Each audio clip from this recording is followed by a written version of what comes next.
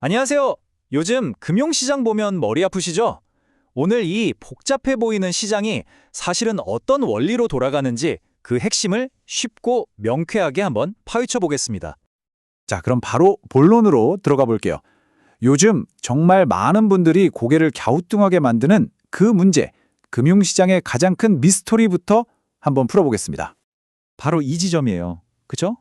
뉴스로 보면 와, 주식시장은 맨날 최고점을 찍었다고 축제 분위기인데 막상 유가가 오른다거나 하는 경제 뉴스를 보면 한숨만 나오잖아요.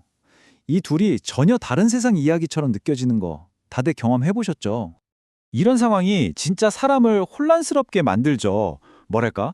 다들 막 로켓을 타고 날아가는 것 같은데 나만 혼자 땅에 발 묶여 있는 기분? 여기서 바로 나만 뒤처지는 거 아니야? 하는 그 유명한 불안감, 포모가 생겨나는 겁니다.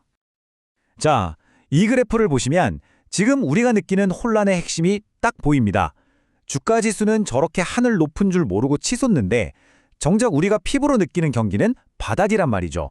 바로 이 간극, 이 괴리감이 금융을 어렵게 느끼게 만드는 주범입니다. 이 수수께끼를 풀려면요, 개별 주식이라는 나무만 쳐다봐서는 안 돼요. 시야를 넓혀서 돈의 흐름이라는 거대한 숲을 봐야 합니다. 관점을 완전히 바꿔야 하는 거죠. 아주 유명한 경제학자이자 또 성공한 투자자였던 존 메이너드 케인스가 기가 막힌 힌트를 줬어요. 좋은 주식 하나를 콕 집어내는 것보다 훨씬 중요한 건 바로 돈이 어디로 흘러가는가를 읽어내는 능력이라는 거죠. 그럼 아주 간단한 비유를 한번 들어볼게요. 우리 경제에 흐르는 모든 돈을 하나의 거대한 강이라고 상상해 보는 겁니다. 자, 이 강의 흐름을 한번 따라가 볼까요? 먼저 중앙은행이 금리를 낮춥니다. 그럼 어떻게 될까요? 은행에 돈 넣어봤자 이자가 거의 없으니까 사람들이 더 이상 예금 통장에 돈을 묶어두려고 하지 않겠죠? 그래서 이 돈들이 더 높은 수익을 찾아서 대이동을 시작하는 거예요. 처음에는 조금 더 안전한 채권 시장으로 갔다가 거기서 만족 못하고 좀 더 공격적으로 가보자 하면서 결국 주식시장으로까지 흘러들어오는 거죠. 이렇게 어마어마한 돈이 밀려 들어오니까 주식이고 뭐고 가격이 그냥 막 올라가는 겁니다. 그리고 바로 이 장면이 우리가 처음에 던졌던 그 질문에 대한 아주 명쾌한 답이 됩니다. 시장으로 쏟아져 들어온 이 돈의 홍수가 실제 경제라는 날씨가 좋든 나쁘든 상관없이 모든 배를 일단 띄어 올릴 수 있다는 거죠. 자, 이제 왜 그런 현상이 일어나는지는 대충 감이 왔습니다. 그럼 이 모든 일이 벌어지는 무대, 이 금융시장이라는 건 도대체 뭘까요? 이것도 아주 간단하게 짚고 넘어가죠. 금융시장 어렵게 생각할 거 없어요. 그냥 돈이 남는 사람과 돈이 필요한 사람을 연결해주는 곳이에요. 그래서 돈이 잠자지 않고 어딘가에서 가치 있게 쓰이도록 만들어주는 시스템. 그게 전부입니다. 간단하죠? 좋습니다. 그럼 이번에는 이 금융세계의 지도를 한번 쓱 그려볼게요.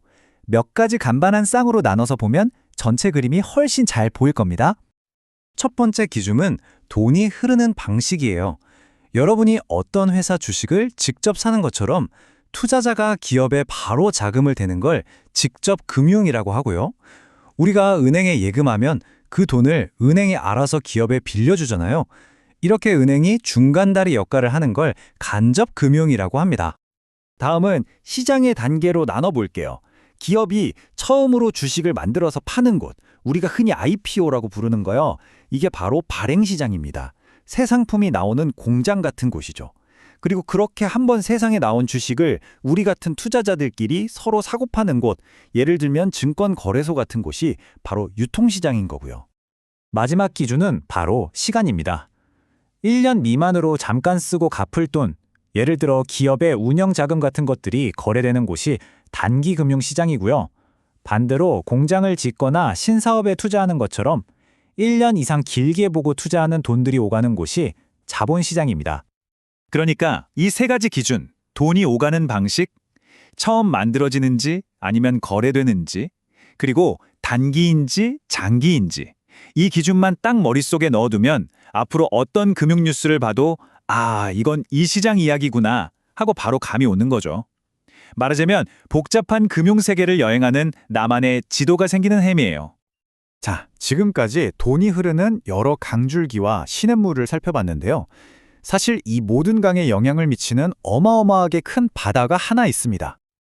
그렇다면 이 시장들 중에 과연 어떤 시장이 경제 전체에 쓰나미를 일으킬 만큼 압도적인 힘을 가지고 있을까요? 정답은 아마 조금 의외라고 생각하실 수도 있어요. 바로 여러 나라의 돈, 즉 통화가 거래되는 시장입니다. 네, 바로 외환시장, FX 시장입니다. 왜 여기가 가장 중요하냐고요? 국가 간 돈의 가치, 즉 환율이 결정되는 이곳의 물결이 주식, 채권, 부동산 같은 다른 모든 시장에 직접적인 영향을 주기 때문이에요. 우리 1997년 외환위기 때 겪어봤잖아요. 이 시장이 한번 흔들리면 국가 경제 전체가 뿌리채 흔들릴 수 있는 겁니다. 결국 모든 것은 이 돈의 흐름으로 설명됩니다. 그래서 마지막으로 이 질문을 한번 던져보려고 합니다. 만약 지금 흐르는 이 거대한 돈의 강물이 갑자기 방향을 틀면 그때는 과연 무슨 일이 벌어질까? 이 질문을 머릿속에 담아두시면요. 앞으로 쏟아지는 금융 뉴스를 보실 때 그 이면에 숨겨진 진짜 의미를 꿰뚫어 볼 수 있는 아주 강력한 렌즈를 갖게 되실 겁니다.